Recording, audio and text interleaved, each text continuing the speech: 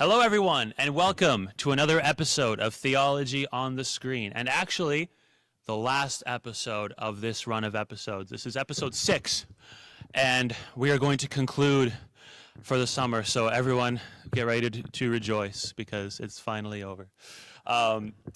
Yes, I am your host, Caleb Scherbanek, and as you can see, there is no Evan Scherbanek in the studio today, but we have someone else here with us. Yes. Why don't you introduce yourself? Yes, I'm Julia McKellar, just a rando filling in, excited to be here, mourning the absence of Evan, but absolutely, he brings a lot. He brings a lot to the show. So Julia, do we know each other? No. Prior to this? No, like honestly, scarcely. We know of each other, I guess. Yeah. So you are Julia. I'll talk to you. Sorry. Julia is Anna McKellar's sister, and Anna McKellar is Nathan's girlfriend. So that's the connection, yes. I guess. And I heard from Nathan that you're really into movies and stuff like that. So I was like, it would be, when I was trying to think of people who would be good to have on the show as a guest, your name came up pretty quick because you're a bit of a movie buff, would you say? Yeah. I'm a bit of a fraud in that sense, I guess, but after talking to you, I feel more confident about my knowledge. You've seen like the classics, like Hitchcock. We love Hitchcock, yeah. Who else have you seen who's a classic filmmaker? Who's a classic? That's so subjective. That is a question. Like like you're saying, what's your favorite movie? Like, I hate you. Never ask me that. And then I'm over here and I'm like, I don't know, Spider-Man. The boy movies. The boring movies. Yeah. Definitely more of a student of the art form than I am, I think. But have you watched all your Tarantinos?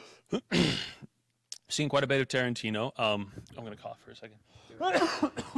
Sorry, that's what happens when I hear Quentin Tarantino's name. Carefully. Tarantino's pretty good. I've seen Pulp Fiction. I've seen Django Unchained, which is honestly a really great movie. I think it's quite fantastic. The story is great.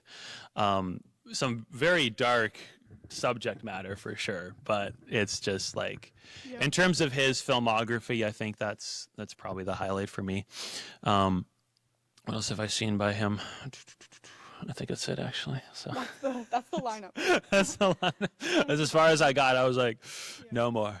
But we're not here to talk about Quentin Tarantino today, unfortunately, as fun as that would be. We'll do Theology on the Screen, Pulp Fiction at some Whatever. Or Hitchcock. We're actually here to talk about a movie that I promised we'd talk about eventually, so here we are. Conclave. Oh, Conclave. What is Conclave, Julia? What is that? So much. It's so much. So relevant. Very relevant. So today. Yeah. Maybe when this release is not so relevant. It's there was a lot of buzz around this movie when it first came out. I seem to recall, and it's also kind of crazy how it coincided with the passing of Pope Francis. So I think that added a lot of the. I think it kept it trending. Yeah, for a while there. Hit the screen, trended, and then we had the real conclave. The real conclave, yeah. Sometimes art or life imitates art, I guess. Yeah. So Conclave is a film that is about a conclave because the Pope has passed away, and now they have to vote. All the cardinals have to vote on the next Pope. And there's intrigue. It's very much like a political thriller, I would say. Yeah. That just happens to be within like a religious institution. That's very fair. Yeah. Very fair. Yeah. So it's a very interesting film. I enjoyed it. Let's go into our initial thoughts. What did you think of the movie overall? My first watch through, I think I was like very into it. I had set myself up perfectly too, because I knew nothing, which is like the best way to enter into a film. Like know nothing. Don't look into it. Just watch it. Be immersed. Exactly. I believe in that. I think it was like a 10 o'clock, 11 o'clock theater viewing. And it was, it was perfect when I watched it. I didn't know, right? So I was expecting something along the lines of like the two popes or something a little more like documentary. I didn't know that it was like a thriller. I didn't know it was based off of a novel. Right. And so like Yes. when I watched it, I was like, this is amazing. This is incredible. And then I think I went back and watched it in theaters twice. Oh, really? With more people. I was like, you guys You have to gotta- see this. Yeah, you gotta see this. And That's this was- awesome. And it was not, I hyped it up too much. I Like, failed. They were like, it was okay. right. Well, it's one of those movies like you got to find the right people Yeah. to enjoy it true. as well, I think. Because I don't know, I can think of quite a few of my friends who, if I showed them this movie, they'd be like, "That was boring." No. And it's like, No. no, you're wrong. Appreciate It's not boring. Yeah. What did you think of the? Because it's obviously, I mean, takes place. It's a conclave, which is the voting process that happens when the Pope dies. So this is like set. This is a Catholic film in the sense that it is about Catholicism and stuff like that. Well, specifically like this one specific aspect of Catholicism. It's not about the religion of Catholicism, but so what did you think of the? It just in brief, because we'll go more into it, like the theology and stuff like that. But in brief, what did you think of the religious stuff that was happening in the movie? There's so much there. Yeah. And also so much not there at the same time. Like, Yeah. I think I like to look back. Like, I haven't read the novel, I'll be honest. But like, Yeah. I think it's always good to see, like, where is my media coming from a little bit. And, like, Robert Harrison, I think. was Yeah, it, or yeah. something? He's, like, grew up in the Catholic faith, but Okay. is not Okay. Catholic anymore. Oh, So okay. I think he was a political journalist and had this, like, vested interest in, like, where is the church going and where Right. it's progressing, and sort of like Okay. in that context I like to watch the movie and sort of like I guess take the religious aspects with a grain of salt a little Right. bit. Right. You know what I mean? Yeah.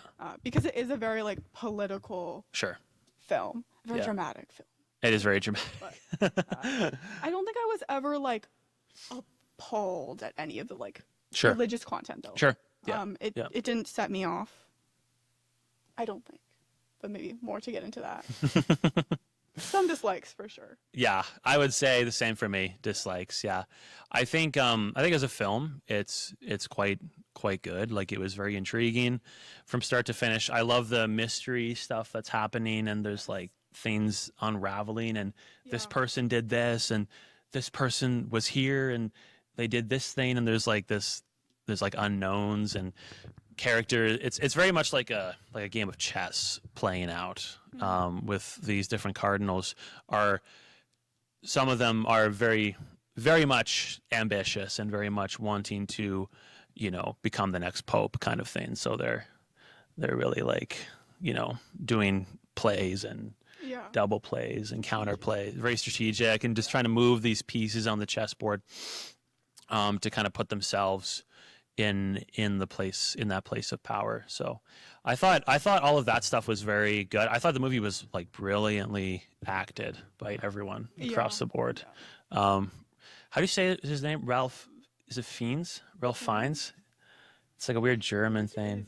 Yeah, Ralph Fiennes. He was wonderful. He was like, oh, I haven't seen enough of Ralph Fiennes. I honestly, this might be the first movie of his that I've seen, come to think of it, but he's just fantastic. Like he says so much. I think so, yeah. Any of the Harry Potter movies? I know. My family went through and watched all of them like one Christmas, and I just didn't. I was doing puzzles or something.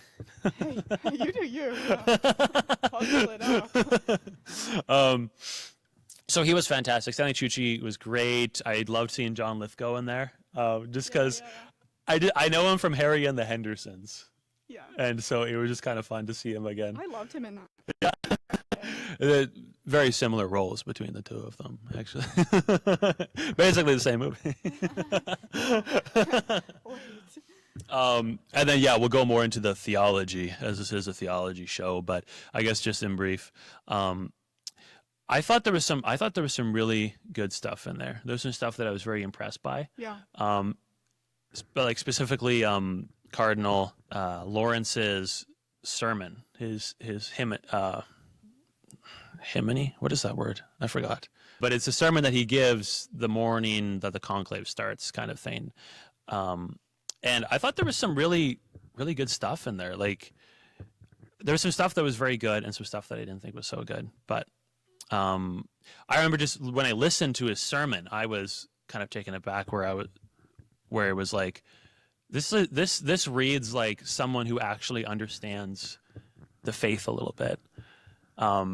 Just some of the stuff he said about uncertainty and mystery. Like, I think when a believer is able to abide a little bit of mystery in his theology, I think that is a mark of maturity in his faith, kind of thing. Yeah. Where it's like, no, I don't actually need to understand everything and know everything. You know, like there's space for that. And God, I'm not going to pin God on the wall like a butterfly, you know, and say like, this is what God is and this is how he operates. So I thought that stuff was very interesting. Yeah. I did like it. I think one thing I have to like balance with this movie is like when you take some of these lines out of the context of the movie, I really don't like it. Yeah. But when it's like you understand that he's talking about going into this conclave, sure, it's a little different to like put it in perspective. So, yeah, just looking at that. But one of the things I know I didn't like, so yeah, like looking at his like certainty is the great enemy of unity. Right. That doesn't really bother me entirely. I think like in the context of like, a situation where you kind of are expected to have divine intervention. There's, I'm sure, like a lot of pressure to like be certain. We're choosing the Pope, like be certain. So like, just to sort of be cautious, walk with humility. I think that's something we see in Lawrence's character too. Is sort of definitely this aim to like walk with God and not be God.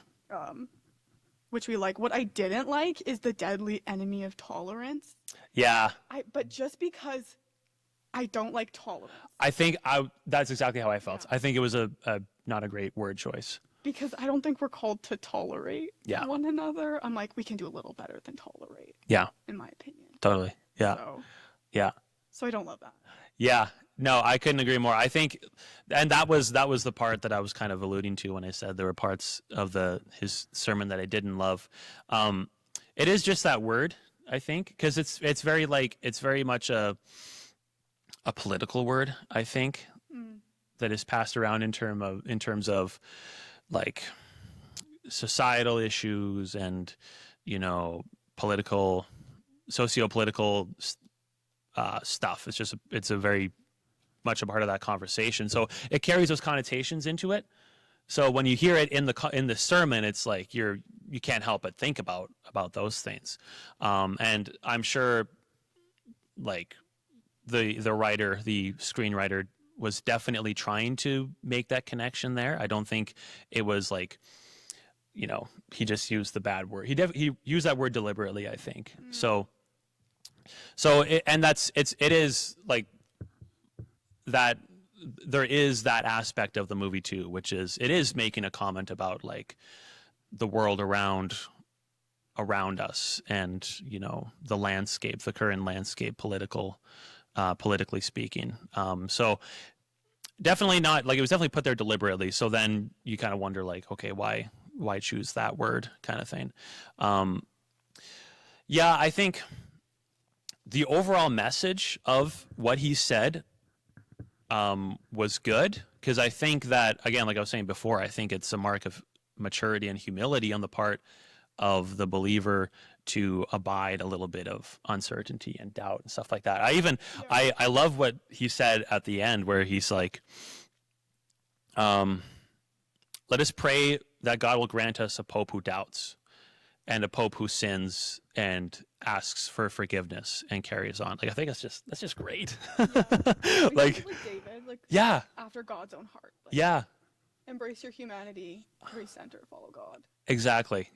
Yeah. Like, I think, like, I want to pray that for myself and for my leaders, like the leaders in the church right now. Like, like, give us someone who's human and who isn't, you know, hasn't deluded himself or believes that they understand God, God's like the ins and outs of God, like all the fine details and stuff like that. Because I feel like that's like super important in this context too. In this context of these like very prestigious men right, who have a lot of power and a lot of control and yeah, a decision. Yeah, it's like archbishops of entire nations and countries and stuff like that. So with global effect to just feel like, totally. So that stuff is really good. The doubt gets me a little bit. Walking hand in hand with doubt. You could do without it. I don't know. It's okay. Yeah. I get what they're saying. Again, I feel like I was like reading through this, like I am thinking about like doubt in hand with faith. Yeah. Is that? Yeah. Is it necessary? Is it part of it? I think it is. But. Yeah. I think it's a reality, and you know, so I think less like. Because there are certainly things. The other part of his homily, that was the word actually that I was thinking. The homily. The other part of the homily is that's exactly what I was thinking too. Sorry, let me finish my thought. The other part of the homily that I didn't care for so much was kind of that message, because I think maybe he leans into it a little bit too much.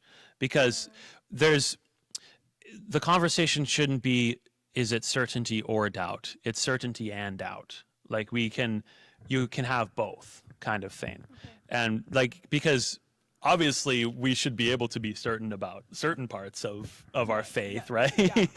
Like that God is good and Jesus died for our sins, right? Like there are things that we can absolutely and must be certain about, even in terms of like our own doctrine, doctrinal issues like baptism or communion. I, as a Lutheran, have different views on baptism and communion than, say, a Baptist or an Anglican or evangelical or whoever.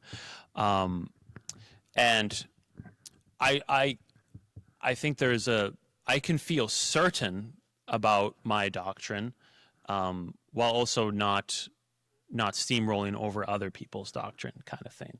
In my own mind, in my own heart, you know, I can say with certainty that I believe these things about baptism and the sacraments and stuff like that, while also recognizing that other people feel quite certain about their own doctrinal issues.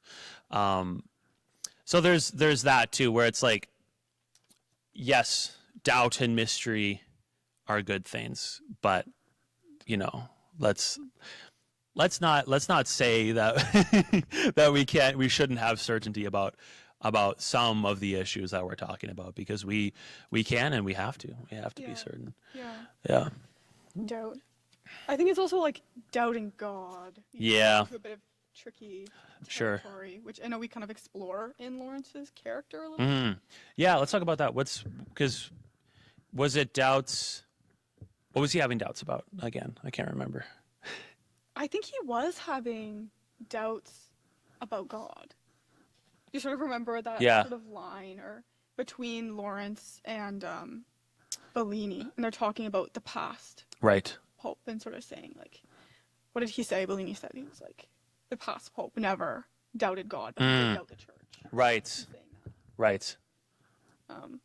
Kind of in a bit of a response to Lawrence's doubt of God. Right. I think, if I got that right. Yeah, I think so, because he was considering. No, he had asked the Pope before he died to let him resign as the dean of the College of Cardinals or whatever it is, because he wanted to go join an order somewhere, because he himself was experiencing like difficulties with his faith. And the Pope told him, he basically told him, no, you may not resign, because, and I think the reason was because he saw Lawrence as a manager more than a shepherd of a flock kind of situation. So Lawrence was experiencing like difficulties, I think, in his own walk.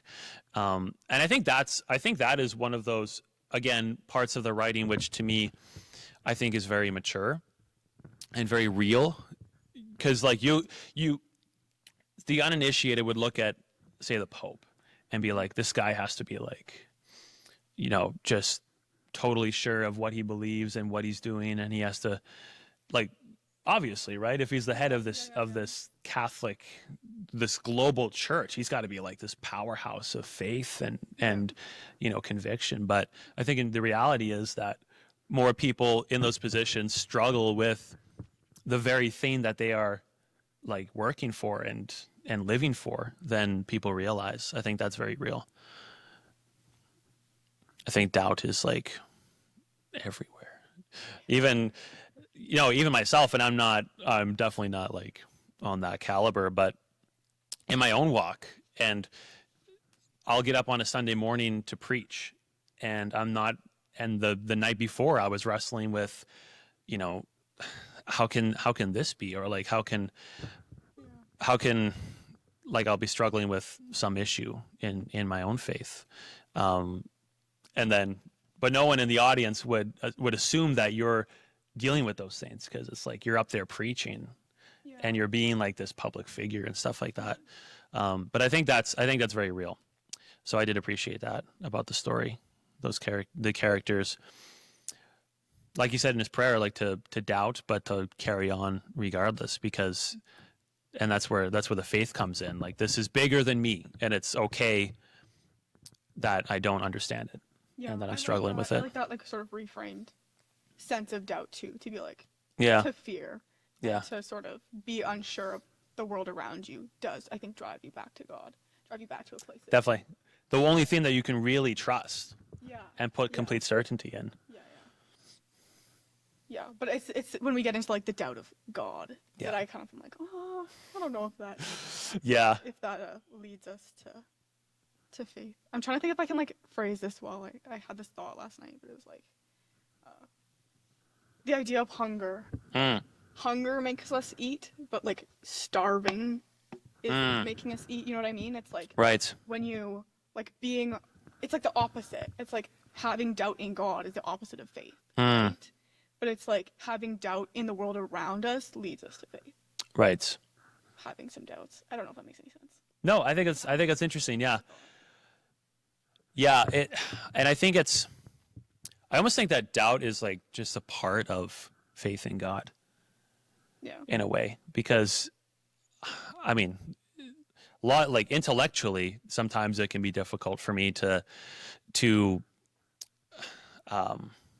like I struggle sometimes with doubts just on an intellectual level. Like, how can there be this almighty, all-knowing, like this supreme being that is the creator of everything, and not only that, but that he takes a vested interest in me specifically, like you wrestle those intellectual wrestlings, and then there's, the moral stuff, like how can there be all this suffering and so forth, and there's you find reasons, or you don't find reasons, but you listen to the arguments for and against, and you kind of come up with your own like way to, I guess, abide those things, like, but the doubts still creep in regardless, and I'm inspired by a faithful person who struggles with doubt, because I think, number one, that's honest.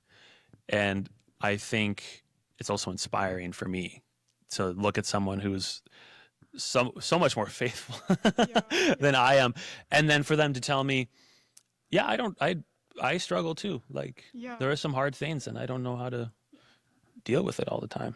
I think that's really cool. Coming back to that mystery. Yeah. And even that, just like handing it over to God. But I love this idea of like the rebound time. Have you heard about, like, it's like we're gonna fall short. Yeah. I mean, like, the sin is inevitable, the doubt is inevitable, but it's about like that rebound time. How do we come back? When do we come back? Coming back, making sure we're coming back. Right. To sort of being rooted in God. Right. And sort of that is such a big part of faith, and such an honorable part of faith. People like fall short and pick themselves back up and be like, what I know is God, and so I'm going to recenter in Scripture, recenter in prayer. And that has to be like a deliberate thing that you do. Like, you don't just like fall back into it. You have to make the choice, kind of, in a way where it's passive. Yeah. When we're back at the foot of the cross. Yeah. You're choosing a little bit, like. Yeah. be aware. Sometimes you got to drag yourself to the foot of that cross, but you got to do it anyway, because in God's grace. in God's grace, yeah. My effort. No. Cut the camera. We are Lutheran. Yeah, so that's. I enjoyed all that stuff. I think there's some really good stuff in there. Again, it's like, no, we can definitely have certainty about. Yeah. That was my concern with that part too. Is like, we can be certain about some things. We better be. We have to be about some things. Yeah. What did you think of the corruption angle? Because like we were talking about at the start, a lot of these cardinals were like moving the chess pieces and doing strategic plays, and trying to like. John Lithgow's character got the one guy who was beating him in the votes. He orchestrated this like situation with this lady, this nun who the cardinal had a past like history with, kind of thing. Got her brought to Rome for the purpose of disrupting things, kind of thing, right? And so, like I feel like depending on who you are and where you stand in terms of faith, you might look at that whole aspect of the corruption in a different way. Like a believer, a Christian would look at that and be like, it's really unfortunate and it's really tragic that this happens. But this does happen within the church. There is corruption, and there is like people ambition, which is another big theme of the movie. Ambition and hidden ambition specifically, because there will be characters who will act like they Stanley Tucci's character specifically, he says multiple times in the first part of the movie, I don't want the papacy. I don't want the papacy. I love it. Yeah. Bro wanted the papacy. Like he wanted that position, but the ambition there, and I think they say the reason they're backing Bellini, Stanley Tucci's character, is because he's been so adamant that he doesn't want it, and they're like, we want you in the papacy because you don't want it. The dangerous man is the one who wants the papacy. But where I was going with that, so a Christian, me as a Christian, I watch this movie and I'm like, this is the reality. Like there is corruption, and there is ambition, and there is people will abuse their positions to try to further themselves, kind of thing. A non-believer, I can see watching that and having this confirmation bias where it's like, I knew it. They're all bastards. But what did you think? What did you think of that whole aspect? Just the corruption in it. Yeah. Like for the movie, it's amazing. Mm-hmm. I love it. We love to see it go down. And be Exactly. But as far as like the reality of it, yeah, it's for sure sad, and I think inevitable to a level. Like, sure. Yeah. I think as far as ambition goes, I'm not anti-ambitious. Yeah. Anti-ambition, like be ambitious. Totally. Yeah. Be ambitious. Yeah. Just be like have the right intention. You know what I mean? And I think at Yeah. the same time, it's like everything is in God's will. Sure. And I think like if you think about that in the movie, to be like his character, I'm blanking on his name. Who is it again? Who are we just talking about? No. Tucci. Stanley Tucci. Other guy. Bellini. Other guy. Tremblay. Tremblay. Yes. Tremblay. Like, he's bringing to light Adeyemi's past, which, Sure. like, I don't hate. Right. Maybe right. that's, like, on the fence. Yeah. Like, Interesting. I don't hate it. Right. But it's also, like, his motivation is obviously for his own gain. Yeah. So. I wonder if that's almost one of those, like, God moments where he uses... Yeah, using messy situations for enlightenment purposes or for the will of God. Yeah, like using a despicable person like Tremblay to expose another despicable person who possibly would have won the papacy if that didn't happen, right? Yeah. And then there's that other sort of idea with Tremblay about him like paying out. Yeah. Some of which is just like dirty. Like he's just filthy. You're just a bad person. Yeah. And then also like then you're like losing faith in the other people who are like being bought too. Yeah. Like that's unfortunate to see, to be like, we're very easily swayed, unfortunately. Mm-hmm. So yeah. Definitely makes for an interesting movie. Yeah. Yeah. But it is a little bit, you know, and despite those moments where you see people in bad lights and you see people abusing their power, I don't think it is an anti-Catholic or anti-religion. I don't think it is. I think it is a very political movie, and it's kind of the ultimate message at the end of the day, I think, is there needs to be change. Like, change has to happen within the church. And I can't get behind that message completely, because like there's the scene where the bombing has happened, and then Benitez stands up when the cardinals are arguing amongst themselves, and he says, he basically gives a message of that he reprimands the cardinals for their squabbling and for being power hungry and all these things. And he says, like, this will be my last time in your number, because I can't do this. Like, what is this kind of thing? And he gives a very humanitarian message where he's like, the church has to stand for every individual, every person, every man, woman, and child kind of situation. That stuff's all great. But then he says at the end, he's like, the church isn't tradition. And I'm like, the Catholic Church is tradition, dog. Yeah. Like, you can't just say that, bro. Yeah. The idea of like the church is what we do next. Mm-hmm. Like, kind of in that scene too. I feel that bothered me a little bit too. Yeah. Again, like, in the context of the movie, it makes sense. Yes. And yeah. It's like, totally. Yes, we can keep it there. Mm-hmm. But like, if somebody just said that to me and they were like, the church is not the past or the future, but what we do next, I'd be like, the church is the body of Christ, and I feel like it kind of transcends time. And yeah, exactly. Those who walked with Christ before us and after us are no less part of the church than us now. Sure. Yeah. But within the context of the movie. Yeah. Totally. Yeah. Within the context, for sure. And he's saying something really good there, because, you know, while the other cardinals are arguing about, you know, you have Tedesco, who is played brilliantly, by the way. He is so fun. He is so fun. Like, a bad person, but he is just a joy to watch on the screen. He's given this very, like, we have to strike back kind of message about these Muslim extremists who have bombed the cathedral, whatever. His view is, we have to strike back. We have to, you know, Rome has become, it's the home of the church, and you see these mosques littered about and stuff like this. And I can't, like, obviously his message is not the right one, because Jesus would not have any of us, you know, fight fire with fire, or to take an eye for an eye kind of thing. Like, that is not what we're supposed to do. But what frustrates me is the conversation is painted so black and white. You know, where you have Tedesco, who is obviously wrong, and he's extremely traditionalist, extremely conservative, and it basically would rain havoc if he was in power, kind of thing. And then you have Benitez, who is the antithesis to that completely. You know, we have to forsake tradition for the sake of people and for the sake of moving forward. And I'm like, it doesn't have to be one or the other, dog. Like, yeah.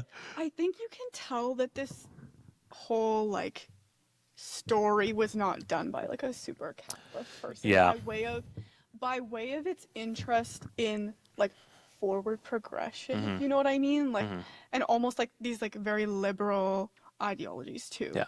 To be like, just my experience going to mass or going to, like, it is, like you were saying, very, like, tradition based, and very, like, maybe that's because I've been to more conservative masses, I guess, but still, like, I think a big theme of the movie and big aim of the movie was, like, moving the church forward, but, like, almost in alignment with the political culture of today. Totally. Yeah. And I think Harrison is, like, all about that too. And I think he was a bit of a fan of Francis. Sure. In the time, and again, being this, like, political journalist, kind of keeping an eye on the church and being like, are you guys going to move forward with the rest of us? Right. And so I think you Very can see interesting. that play out on the screen Mm-hmm. too. Mm-hmm. And just being like there's just some amazing shots too. Like you love the integration of like modern technology, the Nespresso, the Yeah, iPhone. the iPhone. Yeah, yeah, Like yeah. it's the vape, like it's very The vape. yeah. That was great. That was so funny. Totally. That's a really interesting thought. I think you're absolutely right. It really shows the writers kind of show their hand there. Yeah. And really that is what they are preaching, is like the church has to move with culture and society and stuff. And Which like yeah. again, Yeah. it's like I don't hate Yeah. this idea. Sure, Like sure. Yeah. like we wanna be like Christ is not a culture.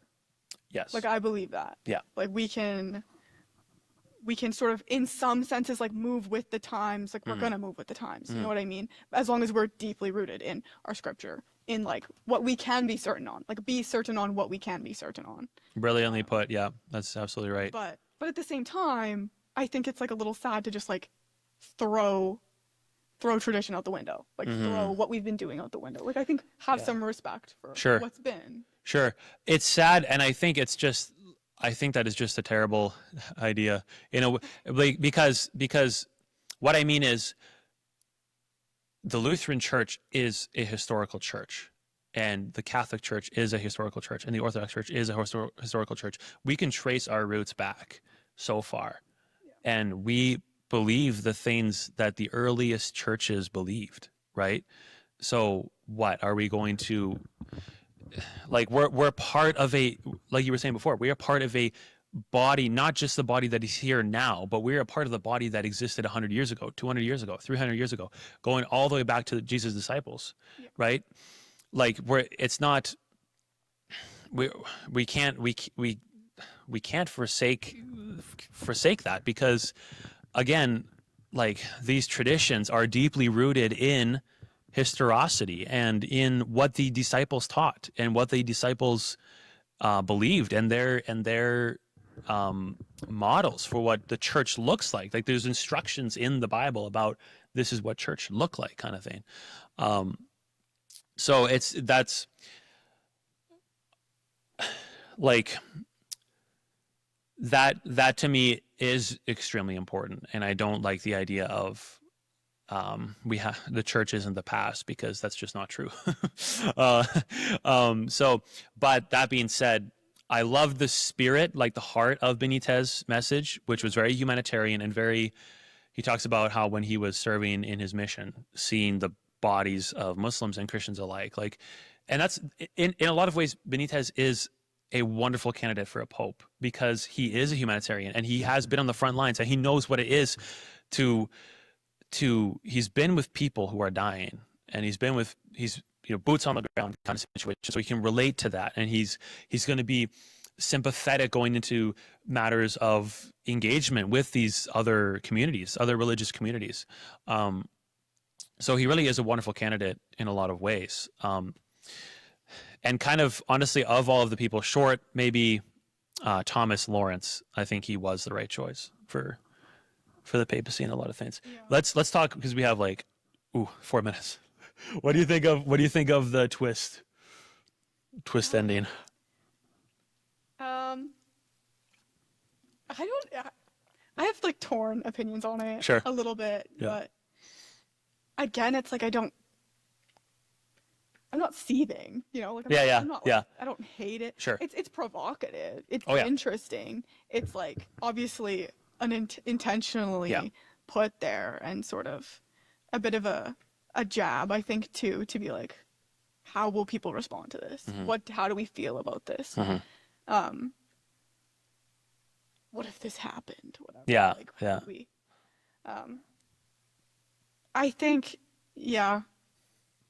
I didn't mind the way it ended. I think that the idea of like God, the way that God has created us, right, is the way that it is, and sort of tampering with how we were made in some senses is like tricky. Sure. But I don't know. What do you think? Tell me. I have no problem with God God may elect whomever he wants to for these positions. You know, I'm not going to stand in the way of God and say, why did you elect an intersex person? Why did you elect this person or that person, kind of thing? Like, obviously there are lines in the sand, you know, like God probably wouldn't elect an atheist as Pope. He probably wouldn't elect, you know, whoever. But I don't have a problem with that. I think, and again, like I said before, Benitez has a lot of qualities that would make him an excellent Pope. So it's like, it's tricky. But I think that line where he says, I am what God made me, when he's talking about how he chose not to, and that is a whole tricky and very complicated, I don't know what I would do in that situation, right? But it's, what I don't love is his justification where he says, I am what God made me, you know, because I just think that's kind of, you start poking holes in that and it becomes a problem pretty quickly, because like, okay, so God deliberately made you with this you know, condition, which he may have, but it's like, where does that end? Like, can we say that about everyone with a physical or mental or whatever defect? Like, because I don't is that not just a circumstance of the fall more? Like, no, I agree. That's maybe God did do that, but maybe he didn't. And it's so funny because because Benitez in the movie is preaching about doubt and uncertainty, and then he makes this very certain statement, God wants this for me, and it's like, how do you know that? I love the thought too of like, God will elect who he will elect. Yeah. And that's so biblical, you know, to be like, it's not who we think. Yeah. It's almost never who we think. Yeah. And people from all sorts of people are raised to power and brought down from power in a minute, and it's his will. Yep. Yeah. I like that. Yeah. I think that is important. If he would choose Paul, you know, why wouldn't he choose Benitez, kind of thing? Yeah. So, but I definitely still have problems with that ending. Like, I don't love it, for kind of the reasons I just said. But it's definitely, it is meant to be provocative, and I think the author Harrison even said that. I was like reading like an article, and I think he deliberately wanted to do something kind of shocking just for the sake of it. So it's like, oh, okay. So there is no meaning behind it.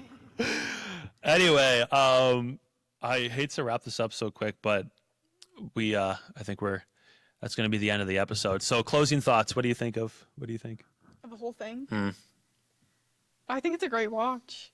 I would recommend it, but yeah, it's not scripture. It's not like yeah, for sure. With a grain of salt, it's a good watch. Yeah.